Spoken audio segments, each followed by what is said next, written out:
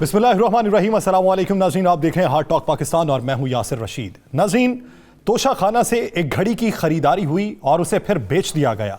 उसमें कानूनी सुकम क्या मौजूद हैं? क्या कानूनी दायरा कार में रहते हुए पाकिस्तान तहरीक इंसाफ के चेयरमैन और उस वक्त के वज़ीर आज़म इमरान खान साहब ने कहीं पे कोई खिलाफ वर्जी की है? अगर खिलाफ वर्जी हुई तो कानूनी दायरा कार के तहत घेरा तंग क्या सिर्फ चेयरमैन PTI पे होगा या मजीद अफराद पे भी हो सकता है? अगर कहीं पे खिलाफ वर्जी नहीं की गई तो क्या अखलाकी तौर पर तोहफे को बेचने का एक बयानिया बनाया जा रहा है और क्या इस पर सियासत की जाएगी? पाकिस्तान तहरीक इंसाफ की जानिब से अभी तक जो वजाहतें सामने आई वो किस हद तक वैलिड है? पाकिस्तान तहरीक इंसाफ का लॉन्ग मार्च किन मकासद के तहत सुस्त रवि का शिकार है? रावलपिंडी पहुंचने के बाद इस्लामाबाद में दाखिले के हवाले से क्या प्लान होगा? चीफ जस्टिस ने आज जो रिमार्क्स दिए हैं कामरान मुर्तजा साहब की दरखास्त के ऊपर कि जो उन्होंने कहा था कि जुमे या हफ्ते को लॉन्ग मार्च के इस्लामाबाद में दाखिल होने का इम्कान है जिससे मामूलाते जिंदगी मुतासर हो सकते हैं, इनको रोका जाए, तो जिस पर चीफ जस्टिस का कहना था कि आईनी खिलाफ वर्जी का खतरा वाजे है तो अदलिया मुदाखलत करेगी, अभी यह कबल अज वक्त होगा। इसके साथ साथ आर्मी एक्ट में तरामीम जो होने जा रही हैं वो किन शिकों में होंगी, किन वजूहात के बायस होंगी, इस पर मुफस्सल गुफ्तगू की जाएगी। हमारे साथ मौजूद है पाकिस्तान पार्टी के रहनुमा कादिर खान मंदोखेल साहब, माहिर कानून राजा आमिर अब्बास साहब और पाकिस्तान तहरीक इंसाफ के रहनुमा सदाकत अली अब्बासी साहब भी हमें ज्वाइन करेंगे। सबसे पहले बात का आगाज करते हैं। राजा आमिर अब्बास साहब, आपकी तरफ आऊंगा। आप क्या समझते हैं कि तोशा खाना केस में इमरान खान साहब के खिलाफ किस हद तक ठोस शवाहिद मौजूद हैं और इस केस में अगर खान साहब फंसते हैं तो किस हद तक फंसेंगे? देखिए, तोशा खाना केस को अगर हम लेते हैं तो इसके दो एस्पेक्ट हैं। एक एस्पेक्ट ये था कि जो इलेक्शन कमीशन ऑफ पाकिस्तान में चला जिसमें कहा गया कि 2019 में अगर ये घड़ी बेची गई या 20 में, तो उस साल के जो गोशवारे उन्होंने इनकम की स्टेटमेंट जो दी थी उसमें इंदराज नहीं किया बल्कि गालिबन नेक्स्ट ईयर में था। और ये मैटर चला इलेक्शन कमीशन ऑफ पाकिस्तान में और उन्होंने कहा कि जी ये चूंकि मैंडेटरी था, आपने देना था और आपने नहीं दिया, तो उनको डी सीट कर दिया गया मियाँ वाली की सीट से और कहा कि चूंकि ये इलेक्शन कवानीन की खिलाफ वर्जी है तो हम आपको उस मखसूस इलेक्शन के लिए जिसके लिए आप जीत के आए थे डिस्क्वालीफाई करते हैं, उन्हें डी सीट कर दिया। साथ ही उसके अलावा उन्होंने लिखा कि जी एक कोई क्रिमिनल केस बनाया जाए इस हद तक सिर्फ कि जनाब ये जो नॉन डिक्लेरेशन है या वक्त पे डिक्लेरेशन ना करना, ये क्या कोई कानूनी तौर पे जुर्म बनता है या नहीं? क्योंकि हमने बहुत से केसेस में इलेक्शन कमीशन के पहले देखा था कि जिनमें जाली डिग्री होती थी, अगर जाली डिग्री साबित हो जाती थी तो फिर वो सेशन कोर्ट्स को लिखते थे कि जी इसके खिलाफ जालसाजी का मुकदमा करें। लेकिन यहाँ पे सिर्फ साल का फर्क है और उसमें भी अभी वो केस अब चले गए हैं अपील में। तो जहां तक ये जो एपिसोड शुरू हुआ है टीवी पे आके, कल वो एक उमर फारूक जहूर साहब आए और उन्होंने कहा कि जी ये घड़ी जौन सी है उन्होंने खरीदी है। अब अगर घड़ी उन्होंने खरीदी है, जितने की भी खरीदी है और बेचने वाले ने जितने की भी बेची है, तो कानूनी तौर पे इसमें कोई जुर्म नहीं होता कि कोई शख्स अपनी जाती मलकियत की किसी चीज़ को 1 रुपये में बेचता है या 1 लाख में। फिर उसके बाद ये देखना है कि जी उसने खरीदी किससे है। उसने ओरल बात कर दी, ज़बानी बात पे कभी भी अदालतें नहीं जाती। कोई ऐसा एविडेंस नहीं दिखाया कि ये $2 मिलियन की अगर ट्रांजैक्शन थी तो इस ट्रांजैक्शन में ये रिसीट है, क्योंकि अगर 2 मिलियन की कोई चीज़ किसी को बेचता है तो वो रिसीट ज़रूर होती है या उनके पास कोई कैमरे की रिकॉर्डिंग होती है कि जी फलाना शख्स आया था, उसने ये खरीदी या हमने उस पर ये बेची।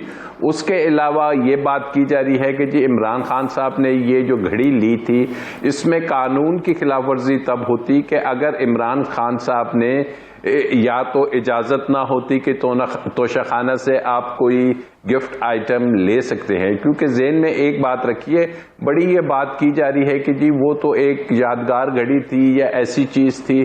तो तोशा खाना के जो रूल्स हैं वो ये कहते हैं कि फर्स्ट ऑफर दी जाती है उस पर्सनैलिटी को कि जिसको वो गिफ्ट दिया जाता है कि वो उसको उसकी जो तयशुदा रकम है जो कि 20% है, बाद में इमरान खान साहब ने 50% की, वो ले ले। अदरवाइज आफ्टर अ ईयर उसने हर हाल में नीलाम होना है। उसने कभी किसी की और जगह पे जाके नहीं डिस्प्ले हो जाना कि जी ये एक इस मुल्क के किसी शख्स को, पर्सनैलिटी को ये घड़ी मिली थी। तो अगर उसकी खिलाफ वर्जी नहीं हुई और लीगली वो ले सकते थे, और जो उसकी असेसमेंट हुई है अमाउंट की कि जी कितने अमाउंट की थी, तो वो एक सरकारी कमेटी थी जिसने कहा कि जी इसकी एवेल्यूएशन इतनी है, इसके 20 या 50% वो दे दें। वो उन्होंने दे दिया।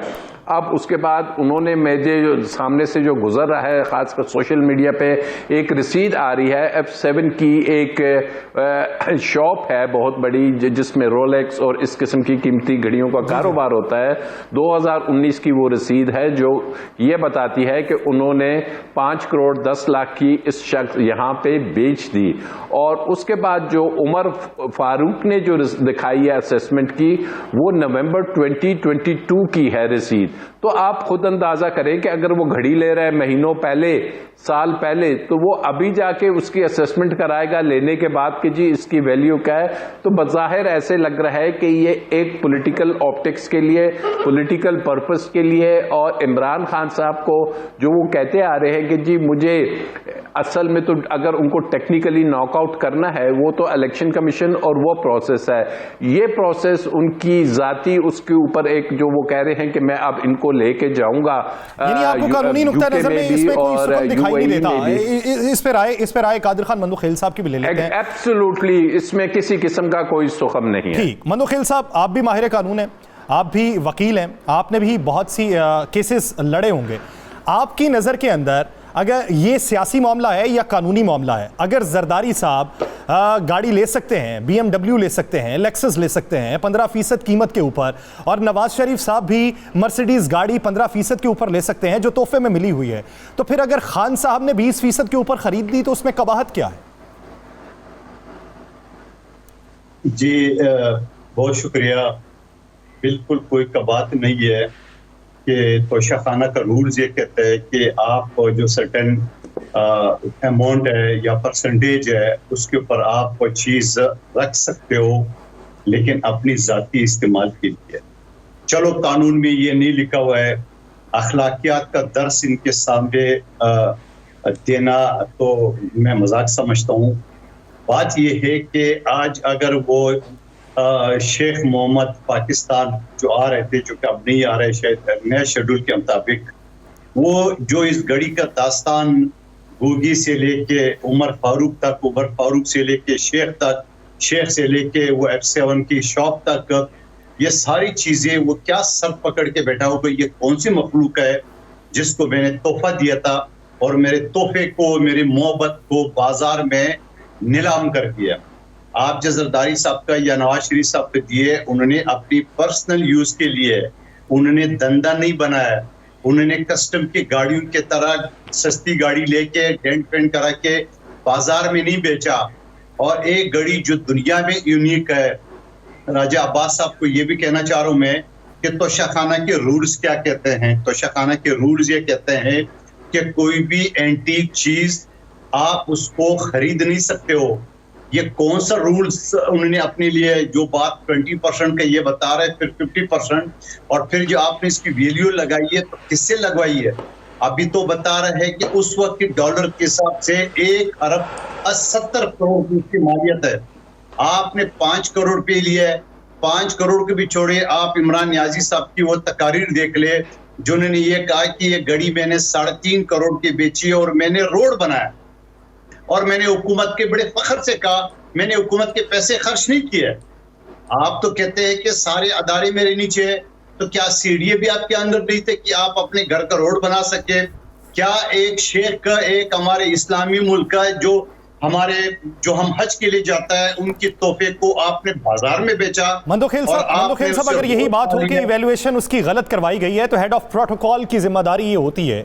उसके अलावा ये कस्टम के ऑफिसर 20वें ग्रेड के जो उसकी इवैल्यूएशन करते हैं, उसके अलावा कैबिनेट सेक्रेटरी खुद या उनका एक मेंबर होता है, ये तीनों लोग मिलकर उसकी इवैल्यूएशन करते हैं। उसके बाद अंदाजा लगाया जाता है कि इसकी कुल मालियत कितनी है। आप हुकूमत में मौजूद हैं, इन तीनों अफराद से इन्वेस्टिगेशन कर लीजिए, मामला खुल के सामने आ जाएगा। मैं तो एक सवाल कर रहा हूं, मैं तो एक सवाल को यासिर साहब, ये पेन है जिसकी कोई औकात नहीं है, अगर मुझे कोई ये बेच दे मैं इसको बाजार में बेचूंगा, आप मुझे बाद फिर अपने घर का आटा ले आऊंगा उसे, या अपने घर की गली बनाऊंगा।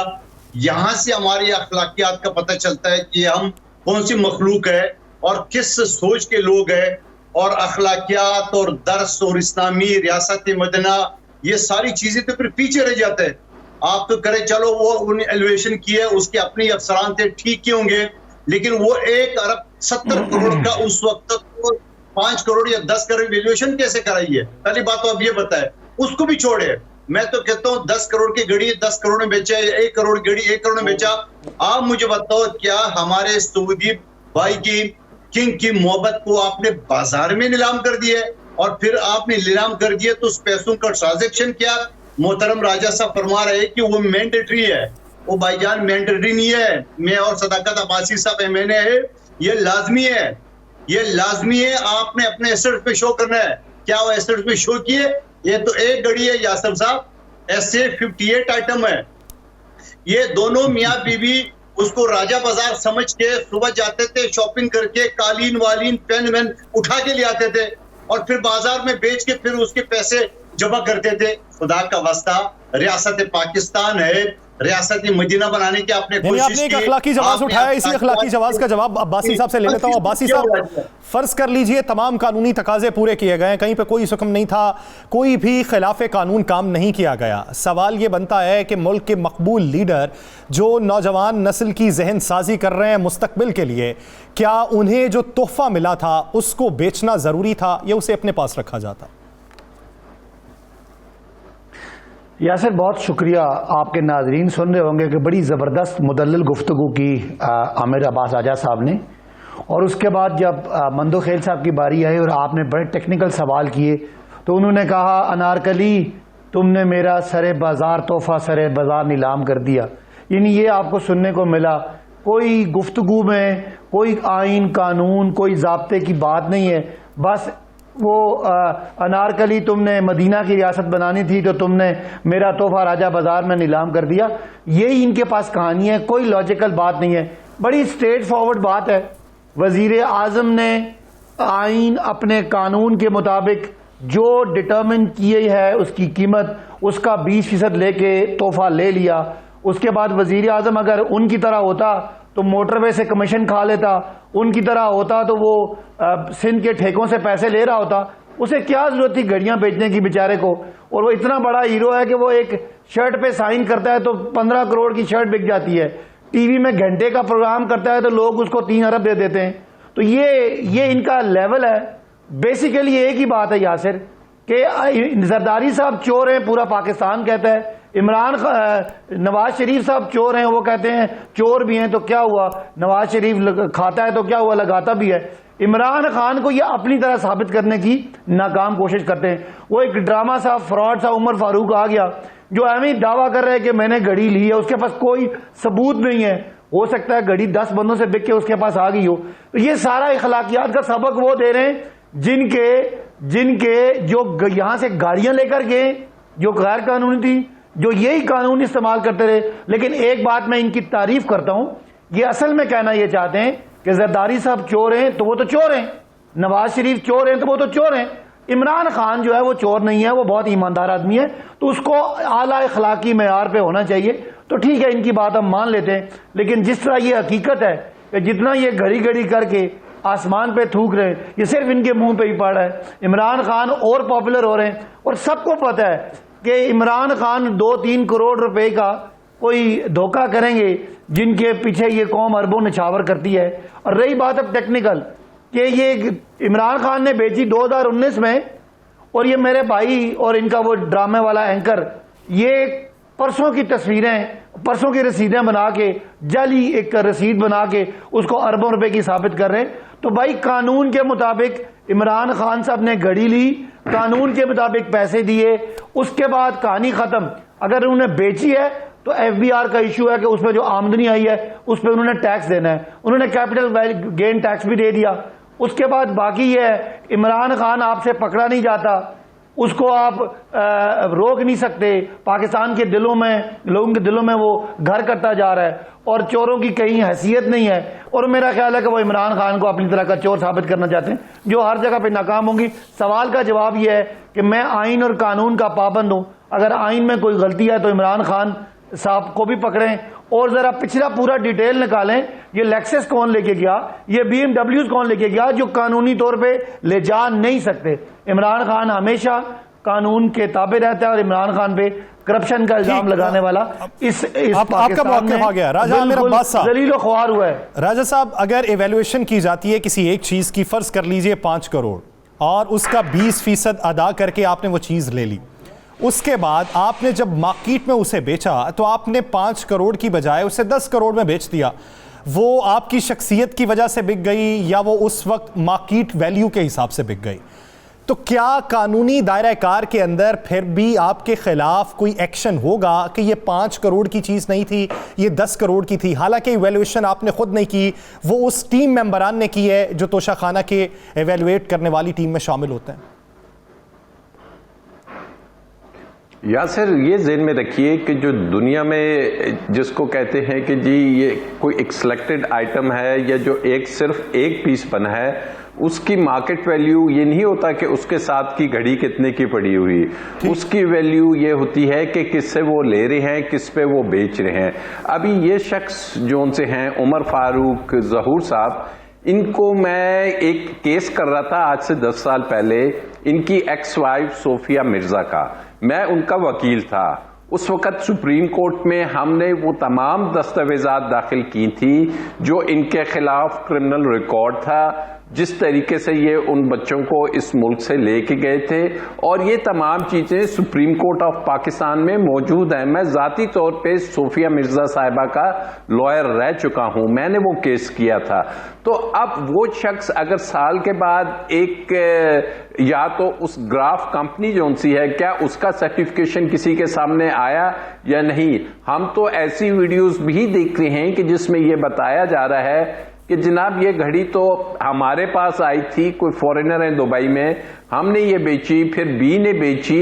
अगर ये 2, 3, 4 हाथों से बिक चुकी है तो बड़े अफसोस की बात है कि एक ऐसे शख्स को कोर्ट किया जा रहा है कि जिसके खिलाफ क्रिमिनल रिकॉर्ड रहा है, जिसकी शोहरत कोई अच्छी नहीं रही, और अनफॉर्चुनेटली उसको कंपेयर किया जा रहा है उस शख्स से कि जिसके बारे में सुप्रीम कोर्ट ऑलरेडी एक दफा ये जा चुके हैं कि जनाब इसके जो ये केसेस थे सादिक और अमीन का उस वक्त हुआ था और डिक्लेरेशन आ चुकी है। राजा साहब, एक चीज और ऐड ऑन करिएगा, एंड बायर जो है क्या उसे कोर्ट किया जा सकता है? क्योंकि आपने जो पहले हाथ किसी को बेची होगी, वहां से बिकती बिकती एंड बायर के पास गई, तो एंड बायर का मौकिफ किस हद तक वैलिड है, या पहले खरीदार का मौकिफ ज्यादा वैलिड होगा? देखिए, पहले खरीदार ने आके बता देना है कि जी एज पर आर रिकॉर्ड ये हमने घड़ी खरीदी। पहली बात तो यासिर ये है कि जब उन्होंने ले ली उसके बाद इस केस को एक क्लोज एंड पास ट्रांजैक्शन है, इसमें फर्दर किसी किस्म की कोई कानूनी तौर पे ये क्रिमिनलिटी नहीं बन सकती कि इन्होंने ए को बेची, बी को बेची, बी ने सी को बेची। किसी ये एक बिल्कुल फजूल किस्म की एक्सरसाइज है जो की जा रही है, जिसमें अनफॉर्चुनेटली सिर्फ ऑप्टिक्स और टीवी पे लाना है। अदरवाइज मैं नहीं समझता कि दुनिया की कोई अदालत इसमें कोई क्रिमिनोलॉजी या जो क्रिमिनल एक्ट है या कोई ऐसा एक्ट है कि जो कानून की खिलाफवर्जी है, कतई नहीं हो सकती, बिल्कुल नहीं हो सकती।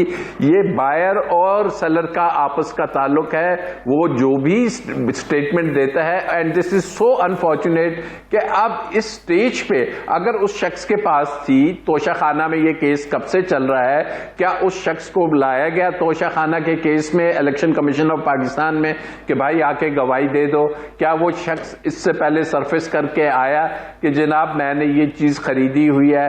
यानी इस पूरे मामले में खिलाफे कानून कोई भी कार्रवाई नहीं हुई, खिलाफे कानून कोई भी इकदाम नहीं उठाया गया। अखलाकियात के बेस के ऊपर अगर इसको सियासी बयानिया बनाया जा रहा है तो ये सियासी बयानिया कब तक चलेगा, एक बुनियादी सवाल है। पाकिस्तान तहरीक इंसाफ के लॉन्ग मार्च के मुस्तकबिल पे बात करेंगे, लेकिन एक ब्रेक के बाद वापस आते हैं। लॉन्ग मार्च का मुस्तकबिल और आर्मी एक्ट में तरामीम के हवाले से जो बाज़ सुनाई देती है उसमें हकीकत क्या है, कहीं नहीं जाएगा। Stay with us.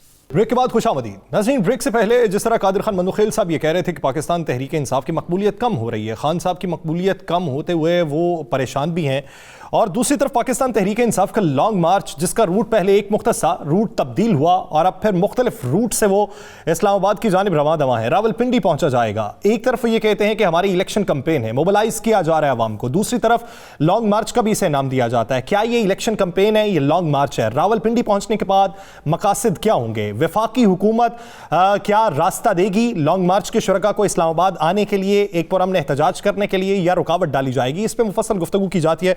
Qadir Khan Mandokhel साहब की जानिब बढ़ूंगा।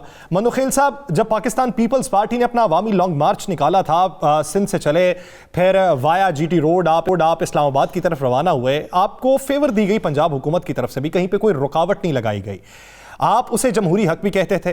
तो क्या आपकी नजर में पाकिस्तान तहरीक इंसाफ जमहूरी हक नहीं इस्तेमाल कर रही, कोई और पत्ता इस्तेमाल कर रही?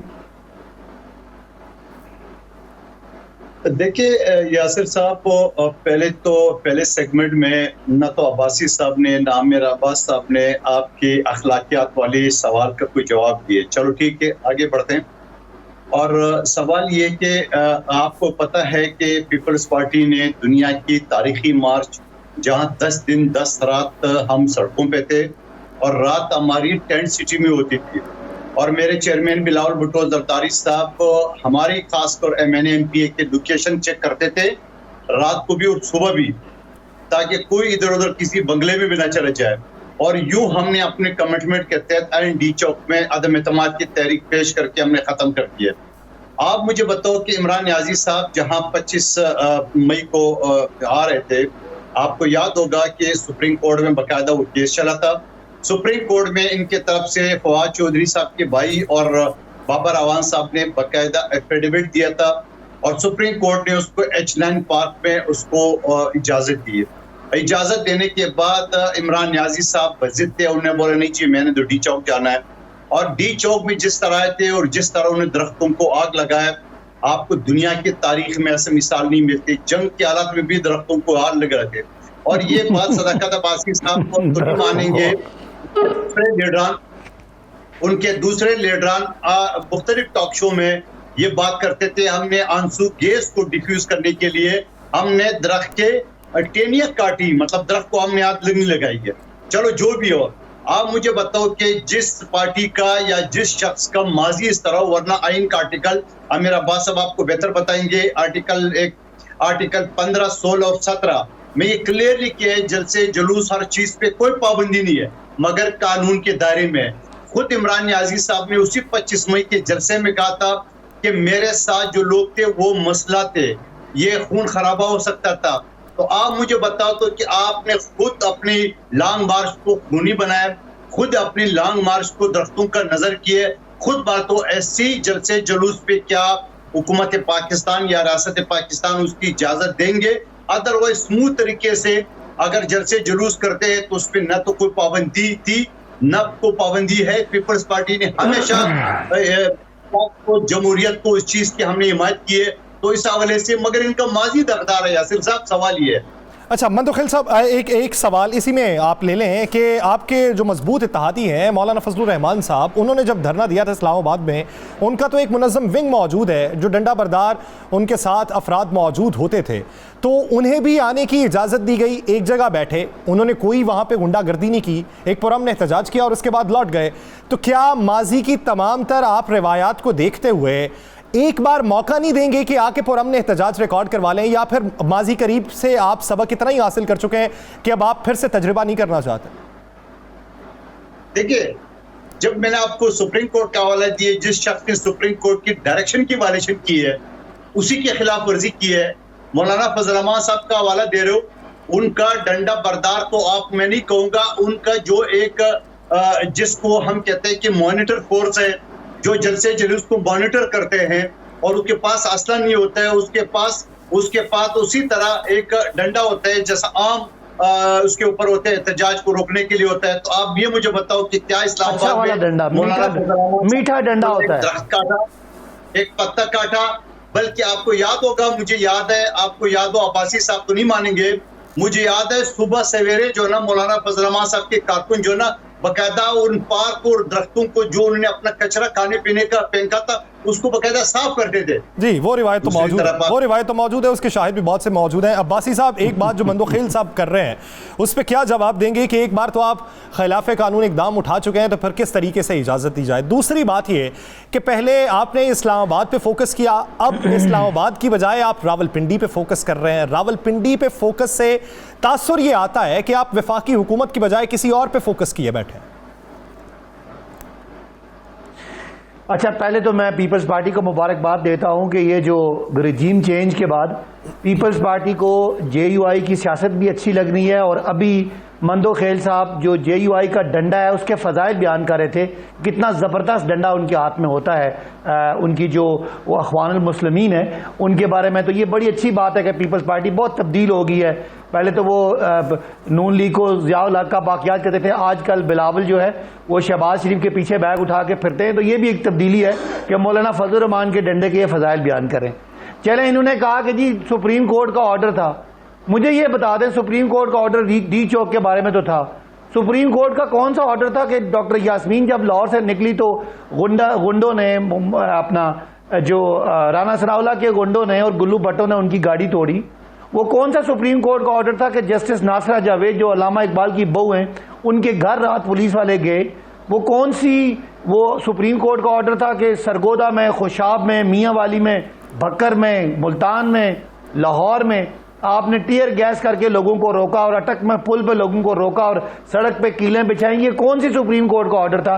क्या आप अपनी बात कर रहे हैं? आपने तो भुट्टो का नाम डबो दिया इस खाली अपने केस माफ कराने के लिए और NRO 2 लेने के लिए।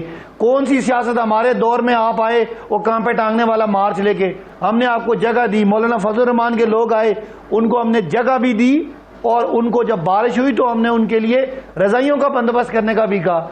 ये फर्क होता है एक सियासी लीडर जिसकी आवाम में जड़े हों और एक जो चोरों का टोला है जिसको पकड़ दकड़ के बिठाया गया हो। ये डरते हैं इमरान खान से, खौफजदा हैं। अब हम क्यों आना चाहते हैं पिंडी सवाल का दूसरा हिस्सा जो 25 मई को इन्होंने किया, पाकिस्तान की तारीख का ये कालख जो है ये पीपल्स पार्टी के मुंह पे भी है और मुस्लिम लीग नून के मुंह पे ये कालख मली है।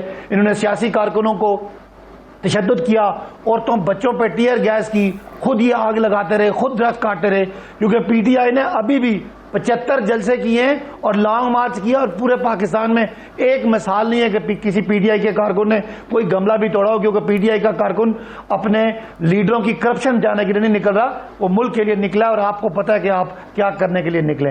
अब हम पिंडी इसलिए कहा है कि ये चूंकि ये इनके पास 27 किलोमीटर की हुकूमत है और ये पूरी कोशिश करते हैं कि ये गुंडागर्दी करें, लोगों पे तशद्दुद करें, तो हम समझते हैं कि हमारा पुरअमन प्रोटेस्ट है और हम इसलिए पिंडी की हद तक रह के अपने जो हमारे लाखों लोग हैं वो दिखाएंगे और पुरअमन तरीके से हम मार्च करेंगे। और मैं समझता हूं कि पाकिस्तान फायदा क्या होगा? पंजाब में हुकूमत आपकी, खैबर पख्तूनख्वा में हुकूमत आपकी, अगर तो आपने पैगाम देना था तो सिंध से बड़ी अक्सरियत में अवाम को उठाते, बलूचिस्तान से उठाते या मज़ाफ़ात से उठाते। अपनी ही हुकूमतों में ये लॉन्ग मार्चेस, ये एहतजाज, ये आपको किस हद तक सियासी फ़ायदा देंगे?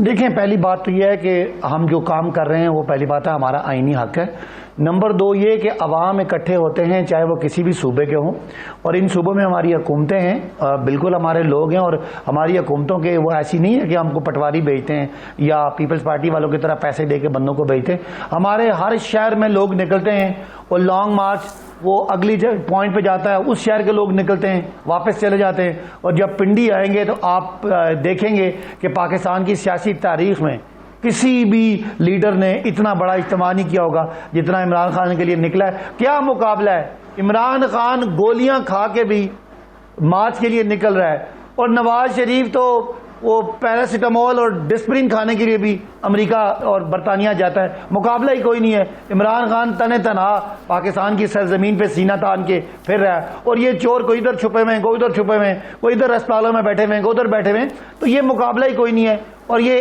क्यों इलेक्शन से भाग रहे हैं? इनको पता है कि इन सब की छुट्टी हो जाएगी। 14 जमातें मिल के मंदोखेल साहब के इलाके में 14 जमातों ने मिलकर इलेक्शन लड़ा तो 14,000 वोट लिया, और इमरान खान ने अकेले इलेक्शन लड़ा तो वो 31-32 हजार वोट ले गए। तो ये सबको पता है, जवाब दे देंगे। 0/0 में यही जवाब देते रहे अपने हल्के के वाले।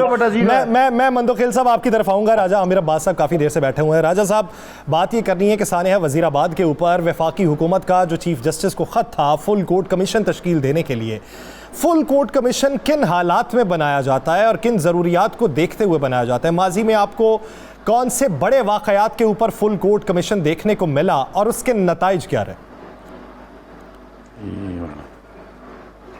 देखिए, पहले तो ज़हन में ये रखिए, जो कमीशन होता है वो बेसिकली एक फैक्ट फाइंडिंग, फैक्ट्स को कलेक्ट करता है और उन फैक्ट्स की बुनियाद पे वो सिर्फ अपनी रिकमेंडेशंस देता है। वो कोई इन्वेस्टिगेशन या तफ्तीश नहीं कहलाती। तफ्तीश के लिए आपको यकीनी तौर पे जो प्रोसेस दिया हुआ है क्रिमिनल प्रोसीजर कोड में वो ही अडॉप्ट करना पड़ता है। लेकिन जब ये हाई प्रोफाइल केसेस होते हैं, जैसे कि आपके इल्म में होगा कोयटा में सानिया हुआ था, वकला मारे गए थे, तो एक कमीशन बना। उससे पहले भी एक फायरिंग हुई थी वहाँ पे, तो उसमें भी कमीशन बना था हाई कोर्ट का।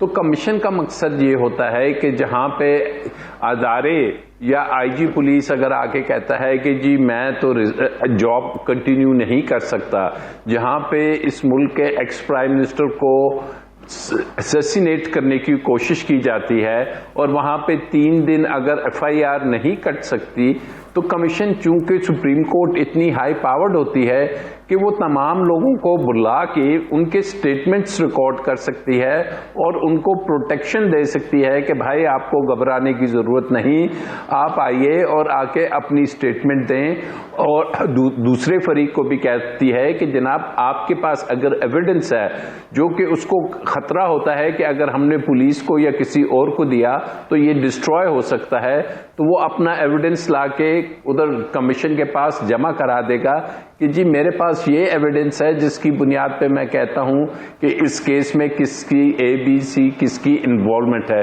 तो कमीशन तो ना सिर्फ इमरान खान साहब का केस, उसके अलावा अरशद शरीफ साहब का केस है, उसके अलावा और भी वो हैं। तो कमीशन इसमें इसलिए है कि to meet the ends of justice और criminal safe administration of justice, कि जनाब एक एक्स प्राइम मिनिस्टर पे अगर फायरिंग हो रही है और एफआईआर दर्ज नहीं हो पा रही, तो फिर कमीशन उसमें बिल्कुल फैक्ट्स फाइंडिंग के लिए लोगों को बुला के जितना भी एविडेंस है वो कलेक्ट करके उससे तफ्तीश के बाद राजा साहब उसके बाद फैसला किसे माना जाएगा? क्या वो फैक्ट फाइंडिंग रिपोर्ट को फैसला माना जाएगा? और अगर उसे ही माना जाता है तो मुतासिरा फरीक उसके बारे में रिव्यू में जाना चाहता है, तो उसके पास प्लेटफॉर्म कौन सा होगा? जब तमाम के तमाम जजेस बैठ के अपनी रिपोर्ट दे चुके होंगे तो किस जज के सामने जाके वो खड़ा होगा?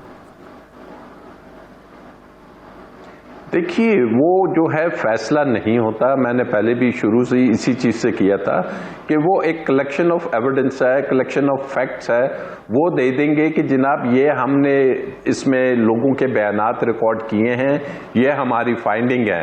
वो फाइंडिंग ये नहीं है कि किसी को सजाए मौत दे दी जाए, किसी को उम्र कैद दे दी जाए या कह दिया जाए कि इसमें ए इन्वॉल्व है या बी, और वो उठा के इन्वेस्टिगेशन की जो टीम होगी, चाहे JIT बनती है, उसके हवाले कर दिया जाएगा।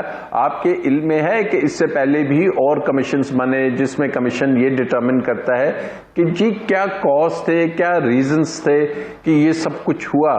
तो कमीशन का फैसला कथन किसी को सजा देना नहीं होगा या किसी को बरी करना नहीं होगा। वो सिर्फ कलेक्ट करके उस तमाम एविडेंस को, उन स्टेटमेंट्स को उस JIT के सामने रख देगा जो कि पुलिस समझा जाता है कि शायद इस तरह मजबूत या वो नहीं है कि वो ये तमाम एविडेंस कलेक्ट कर सके। ठीक, वो फैक्ट फाइंडिंग रिपोर्ट होगी और वो JIT जितनी तहकीकात करेगी वो उसके पैराए में देखते हुए, उसकी तमाम तर तहकीकात के दायराकार को देखते हुए, तफ्तीश जिन मराहिल में तय हुई वो सब को देखते हुए एक रिपोर्ट मुरतब कर ली जाएगी। नाज़रीन, आर्मी एक्ट के ऊपर बात की जाएगी और सिंध में बल्दियाती इलेक्शन में दवा सामने आ रहा है। इसमें पाकिस्तान पीपल्स पार्टी को एतराज़ात क्या है उस पर बिलखुसूस बात करेंगे। कहीं नहीं जाएगा, स्टे विद अस। ब्रेक के बाद खुशामदीद। नाज़रीन, बात कर लेते हैं सिंध में बल्दियाती इलेक्शन के हवाले से जो इल्तवा का शिकार हुए हैं, जो पाकिस्तान पीपल्स पार्टी और MKM की दरखास्तों की वजह से हो रहे हैं। एक तरफ दरखास्त ये है कि इसे इल्तवा में रखा जाए और दूसरी तरफ पाकिस्तान तहरीक इंसाफ है और जमात इस्लामी पाकिस्तान है जिन्होंने मुतफर्रिक दरखास्तें दायर कर रखी हैं। पाकिस्तान पीपल्स पार्टी को बल्दियाती इलेक्शन के हवाले से तहफ़्फ़ुज़ात क्या हैं? इस वक्त जो नफरी है, क्या वो तयनात नहीं हो सकती या कोई और मसाइल हैं? मंदोखेल साहब, एक तरफ आप ये समझते हैं कि पाकिस्तान तहरीक इंसाफ की रफ्ता रफ्ता मकबूलियत कम हो रही है, इनका चेहरा लोगों पर आया हो रहा है कि माजी में ये बैड गवर्नेंस जो करते रहे वो अब लोगों पे खुल के सामने आ रही है। तो फिर कराची, हैदराबाद या बड़े शहरों में बल्दियाती इलेक्शन क्यों नहीं करवा रहे? जब आपको पता है कि पॉपुलैरिटी आपकी है, वहां पे कारकुनान आपको सराहते हैं, तो इलेक्शन हो लेने दें। अच्छा, आपके सवाल से आधा मिनट में आपको लूंगा अब्बासी साहब के पिछले सेगमेंट। पीपल्स पार्टी को हारा है, आधा सच बोला है। कोरंगी की सीट जो है ना वो PTI ने जीती, उसके बराबर में सीट मलीर की वो पीपल्स पार्टी के छोटे से कारकुन अब्दुल हकीम बलोच ने इनके सबसे बड़े खिलाड़ियों को 10,077 तीर मार के यहां से भगाया। और एक साल पहले जहां मेरे इलेक्शन में बल्दियाती होता फैसल वाडा साहब के, वहां PTI को 6ठे नंबर पे पीपल्स पार्टी के कारकुनों ने पहुंचाया। ये दो। तीसरा, पंजाब हुकूमत में जहां हमारा मूसा गिलानी कैंडिडेट था, पीर साहब और PTI दोनों समेत को 25,186 वोटों का बरतरी करके तीर मार के पीर साहब की भी सफाइस्ती से हटा दिया। अब आइए बल्दियाती इंतखाबात की तरफ। देखिए, पीपल्स पार्टी ने जो अंदरूनी सिंध किया, हैदराबाद और कराची और बदीन के अलावा जहां इलेक्शन हुआ था, वहां 2800 में से 2650 उम्मीदवार पीपल्स पार्टी के बिला मुकाबला है। PTI कोई कैंडिडेट ही नहीं था। अब सूरत-ए-हाल आपके सामने कि तारीख का, सदी का ये खतरनाक तरीन सैलाब जो अक़वाम मुत्तहिदा की करारदाद 141 के मुताबिक बिलावल भुट्टो साहब ने साबित किया, पूरी दुनिया ने माना, और उसके बाद आपका UN का सेक्रेटरी जनरल आया, उसने माना, और सदी क्या उससे पहले अंग्रेज के वक्त में खतरनाक से हुई है। अब आप मुझे बताओ कि जहां 90% सिंध पानी में डूबा हुआ है, जहां बलूचिस्तान डूबा हुआ है, पुख्तनख्वा के कुछ जिले है, पंजाब के कुछ जिले है, आप मुझे बताओ कि हम तो अपने लोगों की खिदमत के लिए सिंध हुकूमत, वजीर आला, मेरा चेयरमैन बिलावल, MNA, ये तमाम आवाम की खिदमत में लगे हुए।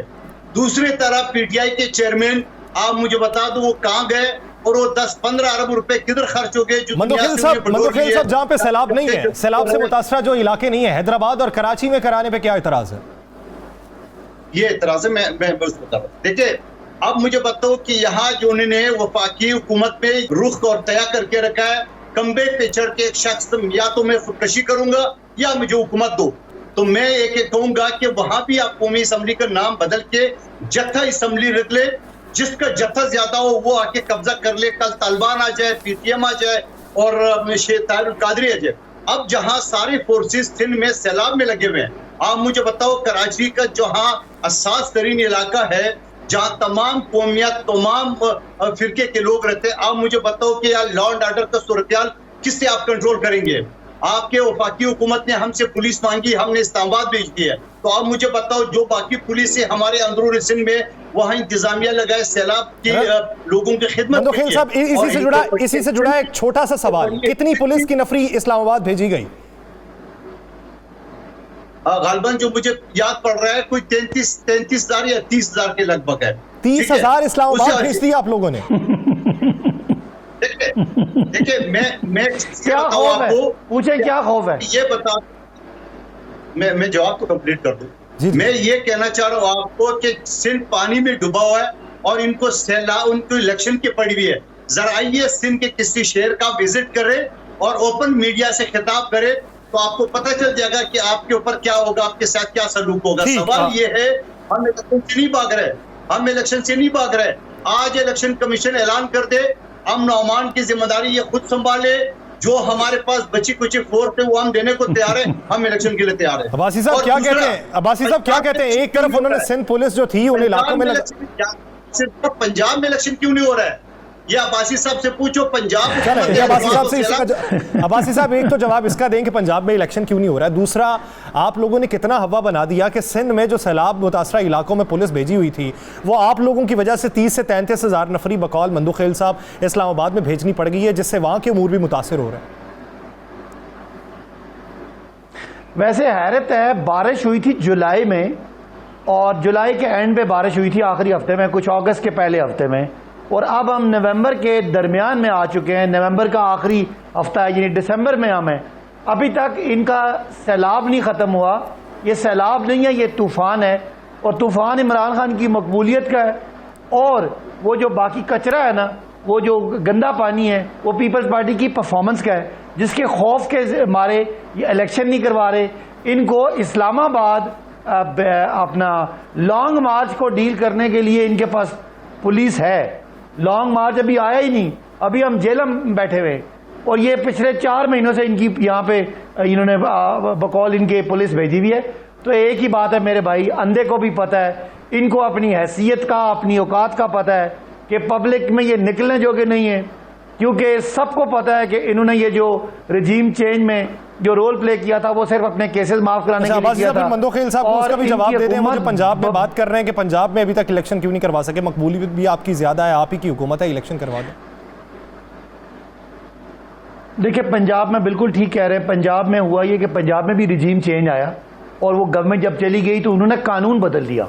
वो कानून जो हमारा था, हमने तो मौज़ा का कानून बनाया था, एक गांव की बनाई हुई थी, तो दरमियान में इंपोर्टेड हुकूमत है, इन्होंने वो कानून सारा उस पर वो ऑर्डिनेंस ले आए, तो वो कानून फंस गया, और कानून जो है वो उसको दोबारा चेंज किया जा रहा है। और फिर आपको पता है कि हम इस्तीफे दे के बैठे हुए, हम इलेक्शन बल्दियात की हम जनरल इलेक्शन की तरफ जा रहे हैं, तो इसलिए हम इलेक्शन नहीं करा रहे। आप तो इम्पोर्टेड सेटअप हैं, आप तो सरपरस्ती में, आपने क्यों, आपको इतना अरसा हो गया इलेक्शन नहीं कराए। हमारी गवर्नमेंट है केपीके में, वहां तो इलेक्शन हो गए।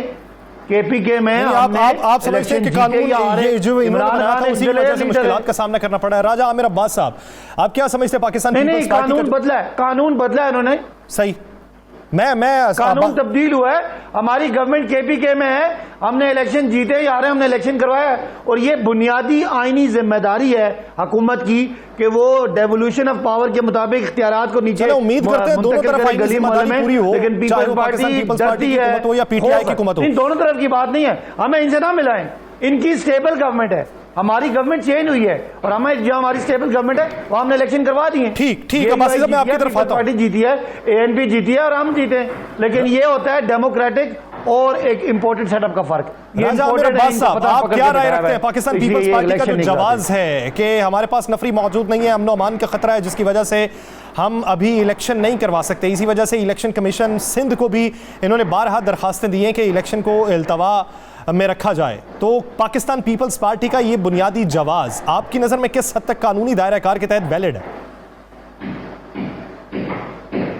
देखिए, एक चीज़ ज़हन में रखिए कि आईनी तौर पे ये हमारी और इस मुल्क के जो इलेक्शन कमीशन ऑफ पाकिस्तान है और सुप्रीम कोर्ट की ऑलरेडी एक जजमेंट बहुत डिटेल में आ चुकी है, जिसमें कहा है कि ये जो इख्तियारात हैं, ये जो चीज़ें हैं, इसको निचली सतह तक ट्रैवल कराना है और वहाँ पे जाके लोगों को एम्पावर कराना है कि ये असल इख्तियार उनका है बल्दियाती लेवल पे।